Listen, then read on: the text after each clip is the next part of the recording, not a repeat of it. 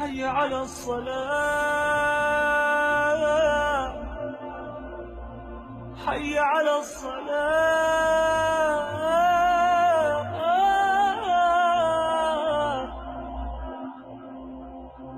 کتنے ہمارے معاشرے کے لوگ ہیں، آپ سجے پاسے بیٹھے ہوں جن پیٹ کھبے پاسے گئے ہوں، پیٹ کھبے پاسے ہوں آپ سجے پاسے ہوں. تو اللہ نے کھانا حلال حرام بند کیا ہے، حلال کھاؤ. حلال کا بھی طریقہ سکھایا کہ مجھ بنتے نہ کھاؤ، بندہ بنتے کھاؤ. اتنا نہ کھاؤ کہ چربیاں چڑھ جائیں. زیادہ کھانا انسانیت نہیں، کم کھانا انسانیت. بیچ میں بات آگے کہہ رہا ہوں. میرے نبی نے کہا سب سے بدترین برتن جسے انسان بھرتا ہے اس کا پیٹ ہے. سب سے بدترین برتن جسے انسان بھرتا ہے اس کا پیٹ ہے.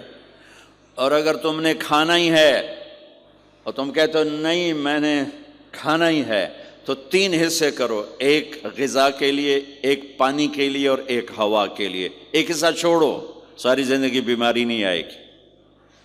لیکن یہاں تک کھانے کے بعد پھر ڈاکٹروں کی چاندی نہیں ہوگی تو اور کیا ہوگا. جب تک یہ بیکریاں ہیں، یہ کولڈ ڈرنکس ہیں اور یہ فاسٹ فوڈز ہیں، صحت مند کوئی نہیں ہوگا. بھوکے رہنے میں اللہ نے صحت رکھی، کھا کھا کے تباہی پھیر دیتے. میٹھا کھانے سے شوگر نہیں ہو رہی، زیادہ کھانے سے شوگر ہو رہی، دبا کے کھانے سے شوگر ہو رہی. اللہ میرے نبی نے کھانے کا طریقہ بھی بتایا، کھانے کی چیزیں بھی بتائیں، کھانے کا طریقہ بھی بتایا، کھانے کے آداب بھی بتائے. کہنے لگی 2 لفظ جو دنیا میں کسی انسان کے لیے استعمال نہیں ہوئے، میں نے آخر میں چھوڑ دے. کہنے لگی ابو معبد میں جب اس کو دیکھتی تھی نا تو میرے دیکھنے کی طلب اور بڑھ جاتی تھی، پھر جب دیکھتی تھی طلب اور بڑھ جاتی تھی. وہ جب تک کھڑے رہے میری آنکھ نہیں بھری.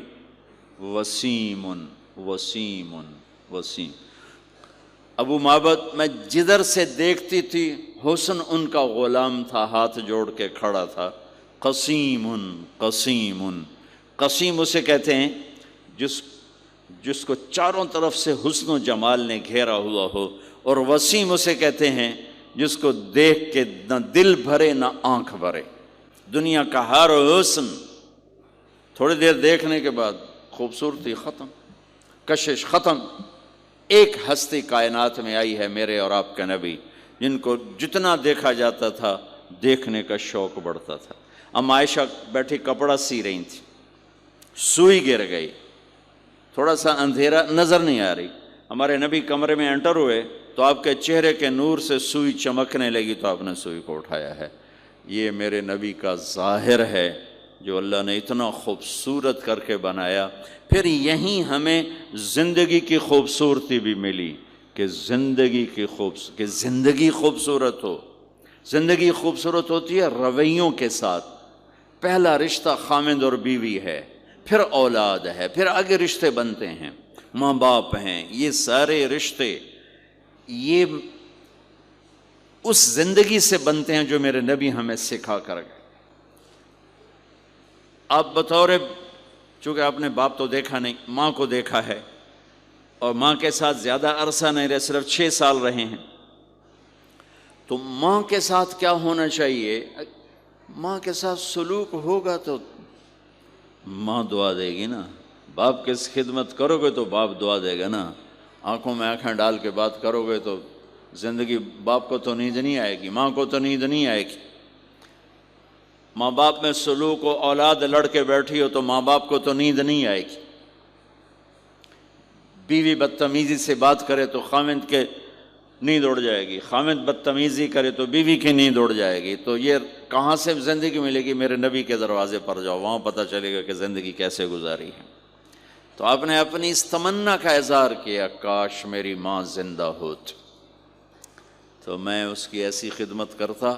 میں عشاء کی نماز کے مصلی پہ کھڑا ہو کر ہاتھ باندھے سورۃ فاتحہ پڑھ رہا تھا، الحمدللہ رب العالمین. ادھر سے میرے گھر سے آواز آتی، محمد میری ماں مجھے پکارتی محمد، تو میں نماز توڑ کے کہتا لبیک یا اماں، ماں جی میں حاضر ہوں، ماں جی میں حاضر ہوں۔ زندگی کو خوبصورت بنانے کا ماں باپ کے لیے طریقہ کہ اولاد ماں باپ کی آنکھوں کی ٹھنڈک بنے۔ یہ بچے ہمارا سب سے قیمتی سرمایہ، اور انہی پر سب سے بڑا ظلم ہوتا ہے۔ سب سے بڑا ظلم ہے آج کے ماں باپ کا 3 سال کے بچے کو اسکول ڈالنا، سب سے بڑا ظلم ہے۔ وہ روتا ہوا جاتا ہے، روتا ہوا آتا ہے، اور ماں باپ سے اس کی محبت کی تار کٹتے جاتے ہیں، کٹتے جاتے ہیں، کٹتے جاتے ہیں۔ 7ویں سال میں وہ بدتمیز ہوا پڑا ہوتا ہے۔ اب مائیں پریشان ہیں، بچے بدتمیز ہیں، بچے بدتمیز ہیں، کیونکہ ماں نے گود نہیں دی۔ جو ٹائم ماں نے دینا تھا وہ دے دیا اسکول کو۔ اور ہمارے اسکول کاروباری ادارے ہیں، علمی ادارے نہیں ہیں، کاروباری ادارے ہیں۔ میرے ملک کا یہ روگ ہے کہ یہاں کا وکیل بھی کاروباری ہے، یہاں کا ڈاکٹر بھی تاجر ہے، یہاں کا وکیل بھی تاجر ہے، یہاں کا جج بھی بک جاتا ہے، اور یہاں کا اسکول اور کالج بھی کاروبار ہے۔ 3 سال کا بچہ جب ماں باپ سے دور ہوتا ہے، روتا ہوا جاتا، روتا ہوا آتا، تو وہ ماں باپ سے دور ہو جاتا ہے، اس کے اندر نفرت پیدا ہونی شروع ہو جاتی۔ سر اٹھا جو ہی وہ سر نکالتا ہے تو وہ ماں باپ کا نافرمان ہو جاتا ہے، بدتمیزی کرتا ہے، لڑتا ہے، جھگڑتا ہے، کیونکہ ماں اور باپ نے ٹائم نہیں دیا۔ اور پھر اس موبائل نے ہماری زندگی، گھر کی زندگی تباہ کر دی ہے کہ بچہ آ کر ماں سے بات کرتا ہے، ماں موبائل کو دیکھ کے بچے سے بات کر رہی ہوتی، وہ باپ سے بات کرتا ہے، وہ اپنے موبائل میں اور بچے سے بات کرتا ہے۔ یہ اس بچے کی عزت کو ذبح کر دینے والی بات۔ آنکھ سے آنکھ ملانا عزت دینا ہے۔ میرے نبی پاک صلی اللہ تعالی علیہ وسلم کی طرف جب جب کوئی آپ کو بلاتا نا یا رسول اللہ آپ سے، تو مثلا یہ ہماری مجلس ہے، ادھر بھی لوگ ہیں، ادھر بھی لوگ ہیں، اب مجھے کوئی ادھر سے بلائے تو میری تو اتنی گردن مڑے گی، کوئی ادھر سے بلائے میری اتنی گردن مڑے گی، لیکن میرے نبی پاک صلی اللہ علیہ وسلم کو ادھر سے جب کوئی آواز دیتا یا رسول اللہ، تو اب یوں نہیں کرتے تھے ہاں جی 10 کی گل ہے، اب پورا یوں کرتے تھے ایسے۔ بولو میرے بھائی کیا بات، سبحان اللہ، اللہ اکبر۔ آپ کو ادھر سے کوئی بلاتا یا رسول اللہ، سب ایسے نہیں کرتے تھے ہاں جی بولو، اب پورا ایسے مڑ کر پھر فرماتے جی فرمائیے کیا بات۔ اب عام لوگوں کے ساتھ یہ فرماتے تھے، ہم تو اپنی اولاد کے ساتھ یہ نہیں کرتے، بیوی خامند کے ساتھ یہ نہیں کرتے، خامند بیوی کے ساتھ یہ نہیں کرتے۔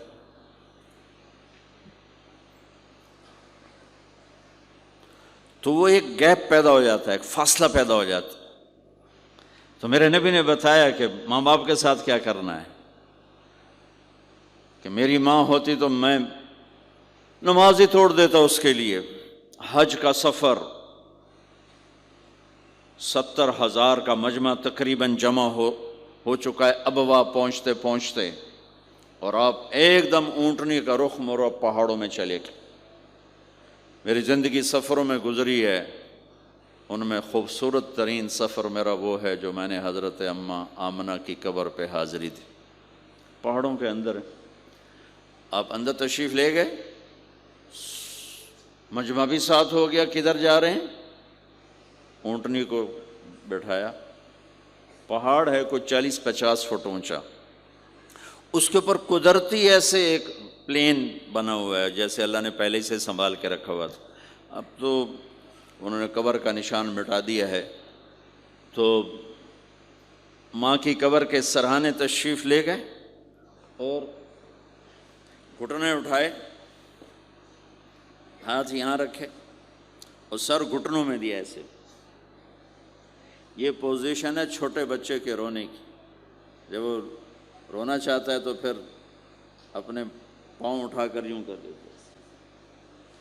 پھر اس کے بعد آپ ایک معصوم بچے کی طرح روئے، اور اتنا روئے کہ آپ کی ساری داڑھی آنسوں سے تر ہو گیا، آپ کا احرام تر ہو گیا، اور اپریل کی دھوپ تھی، اور آپ نے فرمایا میں آج رات یہیں قیام کروں گا۔ میں وہاں گیا ہوں، وہاں 2 آدمی نہیں ٹھہر سکتے، میرے نبی نے کہا میں یہیں ٹھہروں گا۔ آگے کوئی 6-7 میل دور انتظام تھا حاجیوں کے اس قافلے کے ٹھہرنے کا، کچھ لوگ چلے گئے ہوں گے، لیکن آپ نے وہ رات اپنی ماں کے سرہانے گزاری۔ اور میں جب وہاں پہنچا تو مجھے چونکہ سیرت پڑھی تھی تو مجھے چشم تصور میں وہ نظر آ رہا تھا، حضرت آمنہ کی عمر صرف 25 برس تھی، اور ہارٹ اٹیک ہوا اچانک، بولا نہیں جا رہا، اور اللہ کے نبی ماں کو دیکھ کے گھبرا رہے ہیں کہ کیا ہوا، 6 سال کا بچہ پہلی موت دیکھ رہا ہے، وہ بھی ماں کی۔